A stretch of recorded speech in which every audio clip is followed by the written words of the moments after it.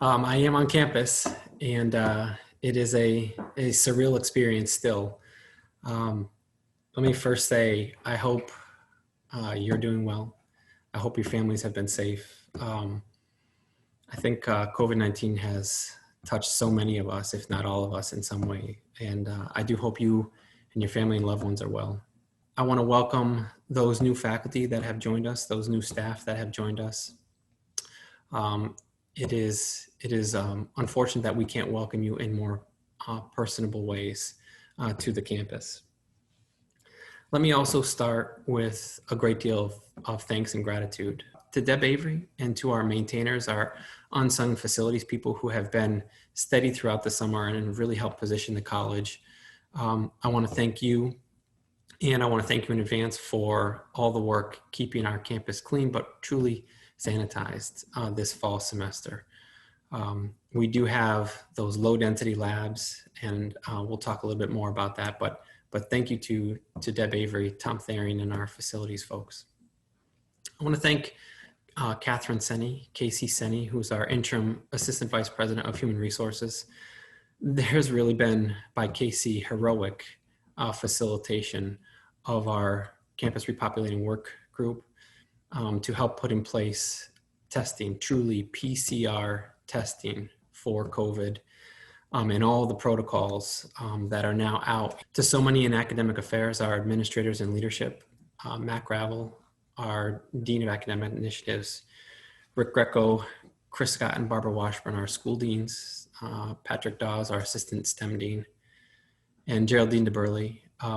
There has been no let up for any of you this summer as we have had to plan and logistic. I want you to know how grateful we are for all of that support that you have provided to help position us for a semester unlike any other.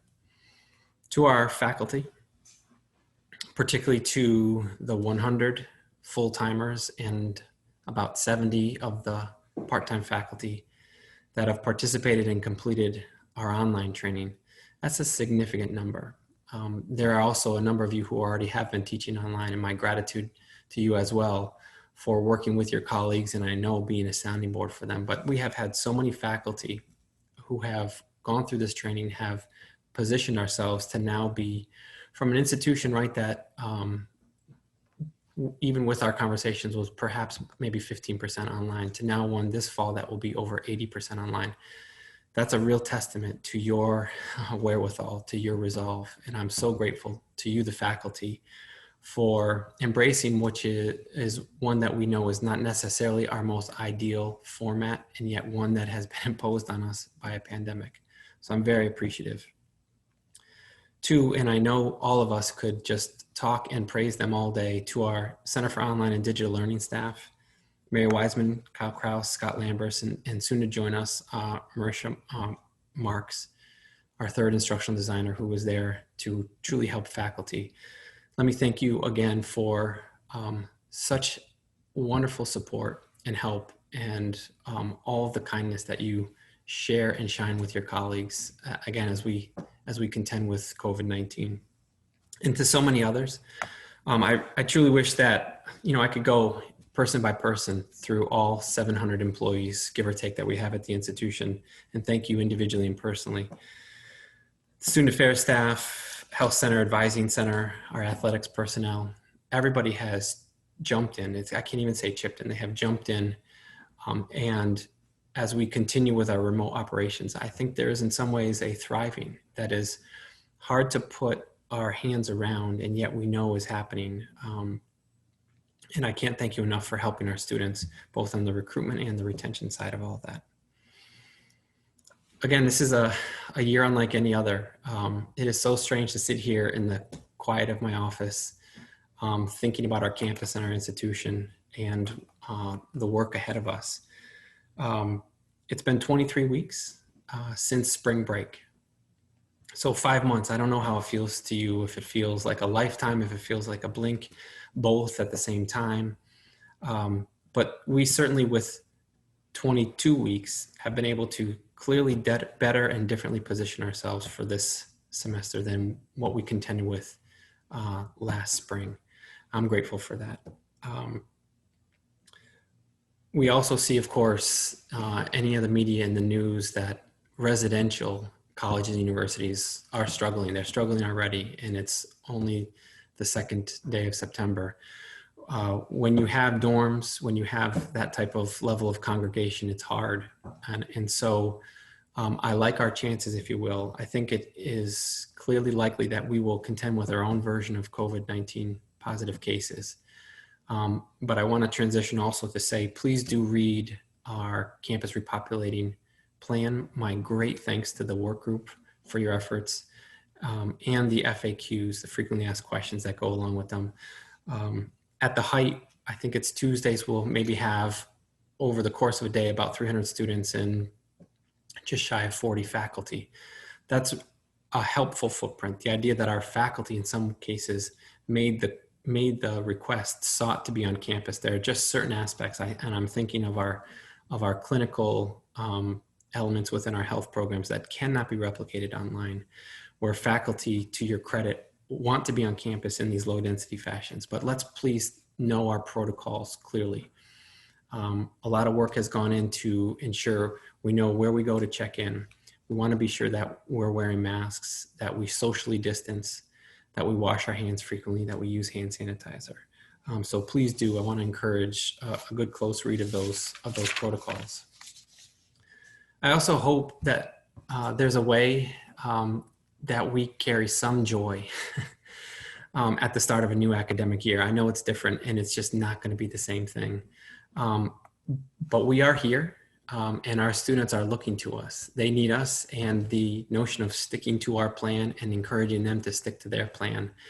And I hope you draw energy from the vibrancy, as much as it is distant, from the teaching and learning endeavor and from building with and for our students.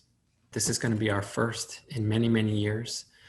Faculty who've been here with longevity can think back to when did we actually have a plan that we could point to really help put a fine point on some of our priorities. The idea of an experiential aspect like our labs or clinicals, that we want to focus on equity and really helping students of color access our programs, particularly in health and STEM, but also graduate at the same rates of their white counterparts. These are ways that we can really point to, and I'm encouraged by the work by faculty and administrators with development of that academic plan. Speaking of equity, you will hopefully have had a chance to look and consider at that call for the creation of a Anti-Racism and Inclusion Alliance, AIA, at STIC. The idea of, yes, being an institution that has embraced equity, diversity, inclusion, but now really being one that seeks to be anti-racist. I was heartened by the question earlier put to faculty around if they understood what the terminology anti-racist, but also an anti-racist institution included, and by what seemed to be a significant margin, people did. And again, I'm very heartened by that outlook. We wouldn't be out of the woods if we didn't also give some mention about building and facilities, because even though we are remote and likely will be so for some time, we do carry a very costly campus, an antique campus that has that 300+ million in deferred maintenance needs. I'm encouraged because I'm going to continue to talk about Building 20 and the fact that we have a proposal in to the state where we go across the street to the technology park. And I know that there is some conjecture around, well, will this come to pass? And a little bit of an update on that. For starters, bear in mind, those again who have been here longer than I used to talk about Building 19 that way. And now we do have a wonderful, incredible student learning commons. I wish that we could use it and leverage it, but nevertheless, that project was done after many, many years of people wondering if it ever would be. And Building 20 will be the same way. We will get off campus. And right now there are two things that give me a lot of encouragement. One is I've been making the case to folks in Boston for probably 3 years now. And we see that translated in the latest budget. There was an economic development bill that passed the Senate with $5 million in it for that building project specifically, and in the House budget with $20 million specifically in it. And that's just through the legislative effort. There are also monies through DCAM. If you'll recall, that's that state agency, the Division of Capital Management, Asset Management and Maintenance, where we also would sort of stack up some of these funds. So there are actual dollars in the pipeline, if you will. There is a thing called conference where the House and the Senate resolve some of these types of things. But this is a real achievement for us as an institution to be in this place. And we know we have to, with a building that has actually upwards of 70 million in deferred maintenance on it. Again, for those new to the college, we can't use the top 2 floors because it needs asbestos mitigation. We need to move out of that building, and it will be costly, but I am encouraged by where we are with building 20 and will continue to help champion that critical change for us. Also next year, when we springboard from the April visit of NECHI, the New England Commission on Higher Education, and institution accreditation, we will need to develop our next college strategic plan. And in some world that is defined or influenced by COVID-19. There are clearly some really helpful, robust conversations that are happening within the self-study that will allow us, I think, to take head on this development of a strategic plan and who we aspire and the goals that we have for ourselves as an institution. As STCC is set to begin our 54th year in unprecedented fashion, I encourage resolve from all corners of the college, because it's together that will live our mission of helping students transform their lives. Thank you so much, everybody, for taking the time today. As we launch the semester, again, I hope that you carry some encouragement, and we'll talk soon. Thank you again. Have a great day.